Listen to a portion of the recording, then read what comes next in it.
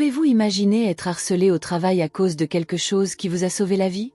Je m'appelle Vanessa et j'ai découvert à mes dépens que même une décision médicale peut devenir un motif d'humiliation entre les mains d'une personne déterminée à vous détruire. Ce à quoi il ne s'attendait pas, c'est que j'avais un atout qui pouvait complètement renverser la situation. Tout a commencé alors que je n'avais que 24 ans. J'ai perdu ma mère d'un cancer du sein, la même maladie qui avait déjà emporté mes deux grands-mères. Avec ses antécédents familiaux dévastateurs, j'ai décidé de consulter un spécialiste pour des examens préventifs. C'est là que j'ai reçu la nouvelle qui allait changer ma vie. Des cellules potentiellement cancéreuses avaient été détectées dans l'un de mes seins. Le médecin m'a présenté 3 options. Subir des examens de dépistage tous les quelques mois jusqu'à ce que le cancer se développe, ce qui était très probable compte tenu de mes antécédents familiaux. Subir une mastectomie unilatérale, c'est-à-dire n'enlever que le sein où se trouvent les mauvaises cellules, ou subir une mastectomie bilatérale, ce qui élimine pratiquement tout risque. Après avoir vu les souffrances de ma mère pendant le traitement, j'ai opté pour une mastectomie bilatérale. Je ne voulais pas vivre avec une épée de Damoclès au-dessus de la tête, en attendant que le cancer se manifeste à tout moment. Vous aurez des cicatrices, mais elles seront petites et discrètes, m'a assuré le médecin. Mais la réalité a été tout autre. Je me suis réveillée après l'opération avec 2 énormes cicatrices roses et irrégulières de chaque côté de ma poitrine. Chacune mesurait environ 2,5 cm de long et plus d'1 centimètre de large. Elles étaient proéminentes, visiblement gênantes et impossibles à cacher. La dépression est arrivée comme un tsunami. J'ai jeté tous les miroirs de mon appartement. J'ai arrêté de sortir. Je ne pouvais même pas regarder mon propre corps sans avoir la nausée. Ce qui aurait dû être un nouveau départ s'est transformé en cauchemar. C'est mon thérapeute qui m'a suggéré de consulter un chirurgien plasticien. Normalement, je ne le recommanderais pas, a-t-elle dit, mais je vois à quel point cela affecte votre santé mentale. Le chirurgien m'a proposé 3 solutions. Une crème spéciale pour réduire les cicatrices, un traitement au laser ou des implants en silicone. La crème n'a pas fonctionné, le laser était cher et les résultats incertains. J'ai opté pour les implants. Mes seins naturels étaient de taille F, j'ai donc choisi une taille Dd légèrement plus petite. La transformation n'a pas été que physique. J'ai retrouvé l'estime de moi-même et j'ai recommencé à vivre. 4 ans plus tard, à 28 ans, je travaillais dans un bureau d'entreprise au niveau administratif. Ma vie était sur la bonne voie, jusqu'à ce qu'une collègue, Gilles, découvre mes implants. Cela s'est produit au cours d'une conversation avec mon amie Lisa, qui me connaissait depuis avant la mastectomie. Nous étions en train de préparer des vacances lorsqu'elle a fait une blague innocente sur le fait que je passerais le détecteur de métaux à l'aéroport avec mes implants. Gilles, qui passait par là, s'est arrêté brusquement. J'ai vu du coin de l'œil qu'elle s'était retournée pour nous regarder, un sourire malicieux aux lèvres. À la fin de cette même journée, tout le cabinet était au courant de mon opération d'augmentation mammaire. La nouvelle s'est répandue comme une traînée de poudre sur la paille sèche, mais sans le contexte crucial. Personne ne connaissait la raison médicale de ma décision. J'ai entendu Gilles chuchoter à un groupe autour d'un café. « Savais-tu que Vanessa, là-bas, est plus plastique que les gens ?» Ce n'était que le début. Au cours des semaines suivantes, les commentaires se sont multipliés. « Elle a plus de plastique que Barbie. » Voilà le sac en silicone. Faux dans les 2 sens du terme. Chaque phrase était comme une aiguille. Gilles avait beau lui demander d'arrêter. Elle choisissait toujours des moments où nous étions seuls, dans l'ascenseur, dans les toilettes, des endroits sans témoins ni caméra. Pendant 3 mois, j'ai enduré au moins 3 commentaires par semaine. J'ai essayé de l'ignorer, j'ai essayé d'en parler, j'ai essayé de garder ma dignité, mais il y avait une limite. Le déclic s'est produit pendant le déjeuner, devant d'autres collègues. Nous étions en train de discuter d'un sujet banal lorsque j'ai mentionné qu'une certaine situation était superficielle. Gilles n'a pas manqué l'occasion. Regardez qui parle de superficialité. Et elle a fait un geste en direction de ma poitrine. Le silence s'est emparé de la table. 5 paires d'yeux alternent entre Gilles et moi, attendant ma réaction. C'est à ce moment-là que quelque chose s'est brisé en moi. Si vous appréciez cette histoire de vengeance et de justice, n'oubliez pas de vous abonner à la chaîne pour ne manquer aucune de nos histoires réelles les plus surprenantes. Ce qui s'est passé ensuite a complètement changé le cours de cette histoire. Ce déjeuner s'est terminé dans un silence gênant.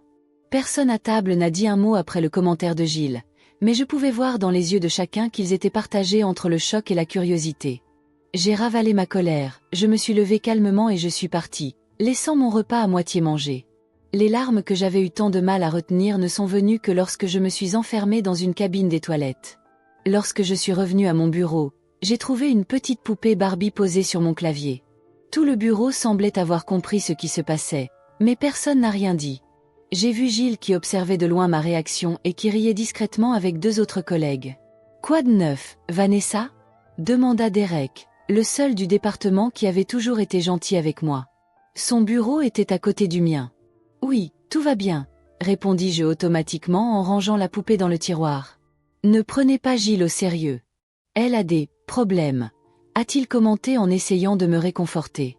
Ce que Derek ne savait pas, ce que personne au bureau ne réalisait, c'est que les problèmes de Gilles étaient en train de détruire ma santé mentale. Chaque commentaire, chaque ricanement, chaque regard méprisant me ramenait aux jours sombres qui ont suivi l'opération, lorsque je n'arrivais même pas à regarder mon propre reflet. La semaine suivante, le harcèlement s'est considérablement aggravé. Gilles a créé un groupe WhatsApp appelé « E-Natural », dont j'étais évidemment exclue. Lors d'une réunion de service, alors que je suggérais une idée pour améliorer notre système de classement, elle m'a interrompu. Notre direction prend-elle vraiment au sérieux les suggestions de personnes qui résolvent leurs problèmes par la chirurgie plastique? Notre supérieur, Thomas, s'est contenté de ricaner d'embarras et de changer de sujet. Son omission était comme une autorisation silencieuse pour Gilles de continuer. Une autre fois, un client important a visité notre bureau. Pendant la visite des locaux, Gilles s'est porté volontaire pour présenter notre équipe. « Voici Vanessa, notre spécialiste en transformation », dit-elle en me regardant droit dans la poitrine tandis que le client confus me serrait la main. La nuit, j'ai pleuré jusqu'à ce que je m'endorme. Le matin, j'hésitais à sortir du lit. Le traumatisme des cicatrices, que j'avais surmonté avec tant de difficultés, se mêlait maintenant à une nouvelle forme de douleur. Pourquoi Gilles m'avait-elle prise pour cible? Que avais-je fait pour mériter un tel traitement? C'est alors que j'ai reçu un message d'Emma, une collègue du département des ressources humaines avec qui j'avais déjeuné plusieurs fois. « Vanessa, je voulais juste te faire savoir que Gilles n'était pas encore arrivé à l'aéroport. Je voulais juste te dire que Gilles fait courir le bruit que tu as eu recours à la chirurgie esthétique pour monter en grade. Elle dit que tu essaies d'attirer l'attention de Thomas. J'ai pensé que tu devais le savoir. » Quelque chose en moi a enfin craqué. Il ne s'agissait pas seulement des commentaires sur mes implants. Gilles essayait activement de détruire ma réputation professionnelle. Comment pouvais-je continuer à travailler dans cette entreprise en sachant que, pour de nombreux collègues, j'étais perçue comme quelqu'un qui utilisait son corps pour faire avancer sa carrière? Ce soir-là, je me suis assise sur mon canapé avec une tasse de thé et j'ai réfléchi aux options qui s'offraient à moi. Je pouvais demander une mutation dans un autre service. Je pouvais chercher un autre emploi. Je pouvais ignorer la situation et espérer que Gilles finirait par trouver une autre victime. Ou je pouvais me battre. L'idée m'est venue comme un éclair. J'ai sorti mon téléphone portable et j'ai envoyé un message à Lisa, l'amie qui était avec moi lorsque Gilles a découvert mes implants. « Tu te souviens quand Gilles a entendu parler de mon opération? Pourrais-tu écrire une déclaration sur ce qui s'est passé par la suite ?» Lisa a répondu presque immédiatement. « Bien sûr. Cette femme est horrible. Que fait-elle maintenant ?» J'ai passé toute la soirée à rédiger un courrier électronique détaillé à l'intention du département des ressources humaines, documentant chaque incident dont je me souvenais. Date, heure, témoin. Mais je savais que ma parole contre celle de Gilles ne suffirait probablement pas. Le service des ressources humaines de notre entreprise avait la réputation d'éviter les conflits. Le lendemain, j'ai discrètement approché Derek. Je lui ai demandé calmement. « Je peux te demander un service ?»« Bien sûr, qu'est-ce que c'est ?» Pourrais-tu rédiger une déclaration sur les commentaires que Gilles a fait à mon sujet? Surtout à propos de cette poupée Barbie qui est apparue sur mon bureau. Derek hésite un instant, puis acquiesce. Il est temps que quelqu'un fasse quelque chose. Elle t'a traité de façon terrible. Au cours des jours suivants, j'ai approché avec prudence d'autres collègues qui avaient été témoins du comportement de Gilles. Certains étaient réticents, craignant des représailles, mais d'autres semblaient soulagés de pouvoir enfin faire quelque chose. Elle a fait la même chose à Jenny en finance l'année dernière, m'a confié Rachel, de la comptabilité. Jenny a fini par démissionner. Personne n'a rien fait. L'une après l'autre, les déclarations ont commencé à arriver dans mon courrier électronique. Chacune décrivait un aspect différent du harcèlement systématique de Gilles. Elle avait l'habitude de choisir des cibles et de les harceler jusqu'à ce qu'elle quitte l'entreprise. Au fur et à mesure que je recueillais des témoignages, ma stratégie a changé. Il ne s'agissait plus seulement de me défendre, mais de dénoncer un comportement toxique que l'entreprise tolérait depuis des années. Gilles, elle, semblait sentir que quelque chose était en train de changer. Les regards entre collègues, les conversations interrompues lorsqu'elle s'approchait. Sa réaction a été d'intensifier encore le harcèlement. « Qu'est-ce qui t'arrive, Vanessa? Tu es plus silencieuse ces derniers temps. Le silicium est-il monté à ton cerveau ?» a-t-elle dit pendant une pause café, suffisamment fort pour que la moitié du bureau l'entende. J'ai souri poliment. Je me concentre sur mon travail, Gilles. Cette réponse calme a semblé l'irriter encore plus. Le lendemain, j'ai trouvé sur mon bureau des imprimés de publicité pour des opérations de chirurgie plastique. Promotion, deuxième opération à 50% de réduction, disait l'un des prospectus avec un post-it indiquant pour quand vous voulez arranger le reste. J'ai tout photographié et je l'ai ajouté à mon dossier de preuves qui ne cessait de s'étoffer. À la fin de la deuxième semaine, j'avais recueilli 16 déclarations signées par différents collègues, toutes décrivant en détail le comportement de Gilles. Le tournant s'est produit lorsqu'Emma, du service des ressources humaines, m'a alerté. « Vanessa, j'ai appris que Gilles avait l'intention de déposer une plainte officielle contre vous. Elle dit à tout le monde que vous la harcelez et que vous créez un environnement hostile. » Quoi? Comment pourrais-je la harceler? Apparemment, elle a appris que vous avez parlé d'elle à plusieurs collègues et interprète cela comme du harcèlement. Faites attention, elle a des contacts importants au sein de la direction.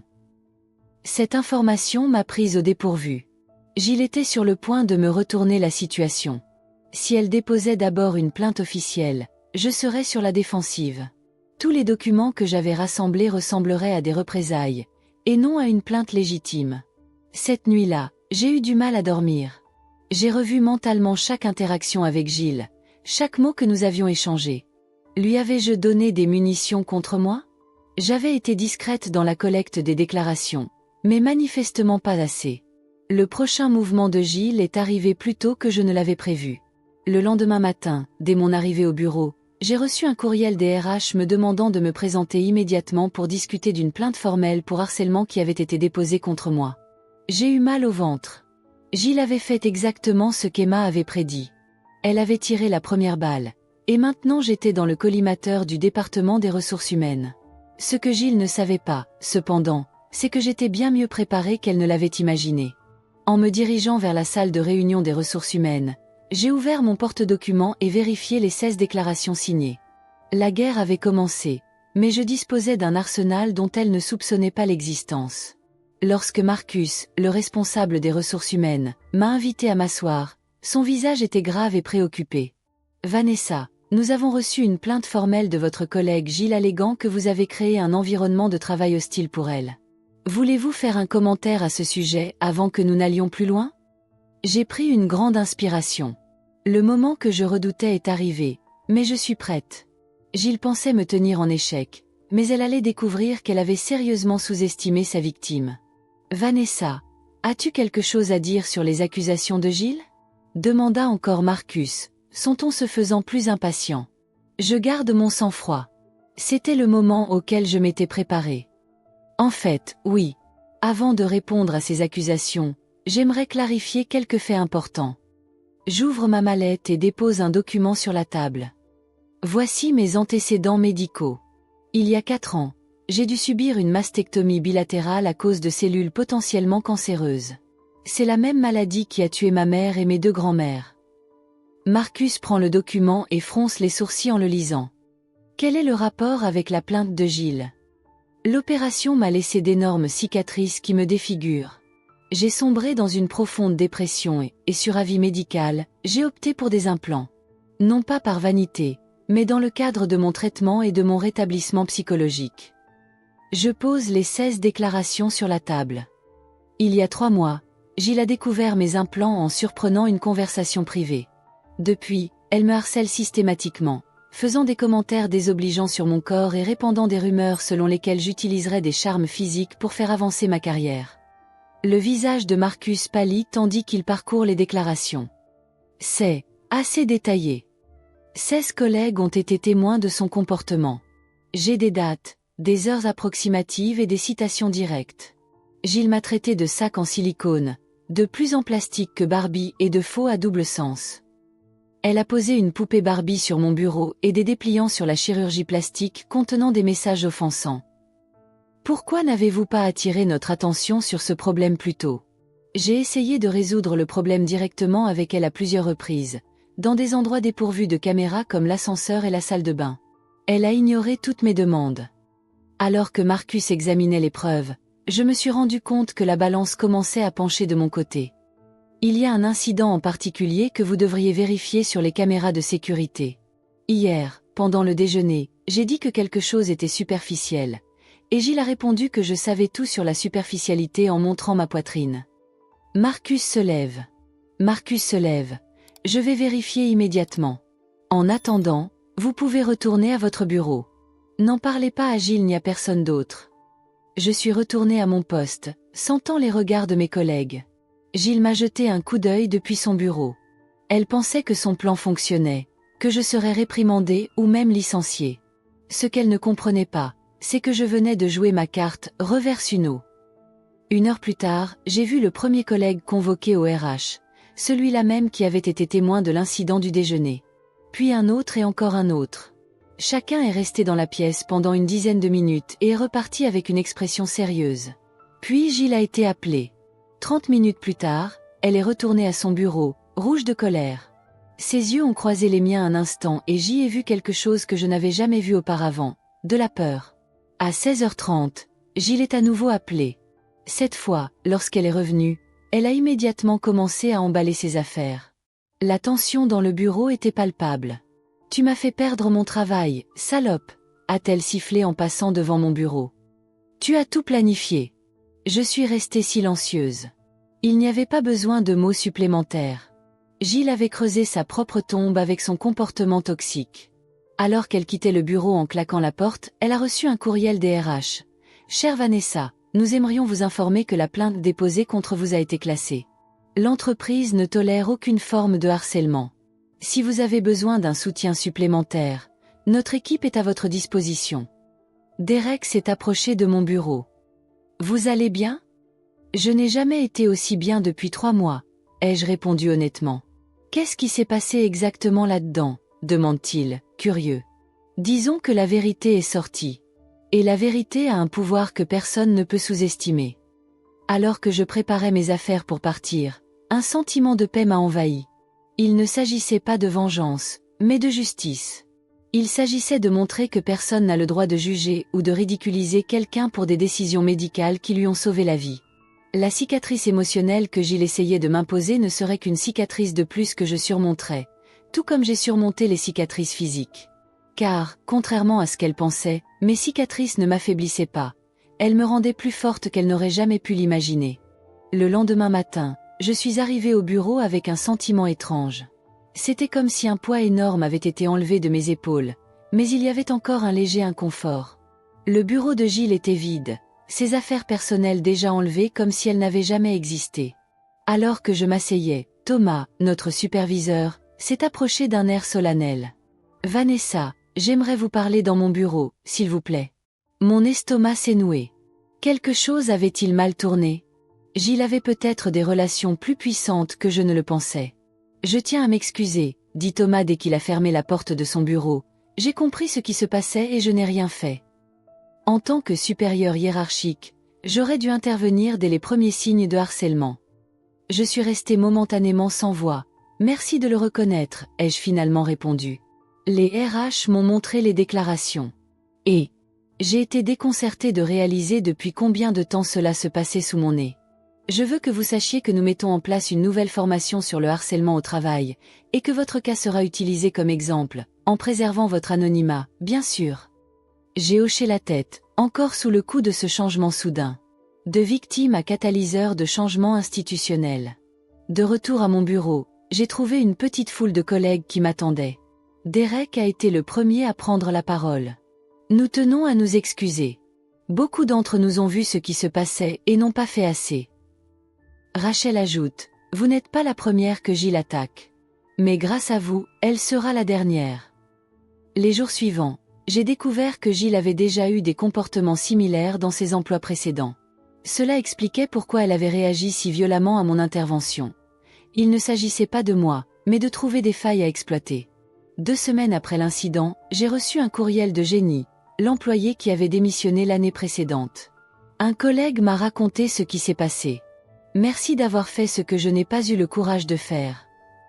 Emma, des ressources humaines, m'a convoqué pour un entretien privé. Vanessa, nous envisageons de créer un nouveau protocole pour les cas comme le vôtre. J'aimerais avoir votre avis sur la manière dont nous pourrions améliorer notre processus. Je pense que la chose la plus importante est de croire les victimes dès le début, ai-je répondu, et de faire en sorte que personne n'ait à recueillir 16 déclarations pour être pris au sérieux. Je suis tout à fait d'accord, a déclaré Emma en prenant note de mes paroles. 3 mois plus tard, notre entreprise a mis en place une nouvelle politique de tolérance zéro contre le harcèlement, avec des canaux de signalement anonymes et une formation obligatoire pour tous les employés. Thomas m'a envoyé un courriel personnel. Cela ne serait pas arrivé sans vous. La chose la plus surprenante, cependant, a été la transformation de ma personne. Les cicatrices physiques qui m'avaient tant tourmenté sont devenues des symboles de survie. Les implants qui m'avaient redonné confiance en moi n'étaient plus une source de honte ou de secret. Lorsque de nouveaux collègues m'ont demandé mon histoire, j'ai répondu honnêtement. J'avais des cellules cancéreuses. J'avais des cellules cancéreuses.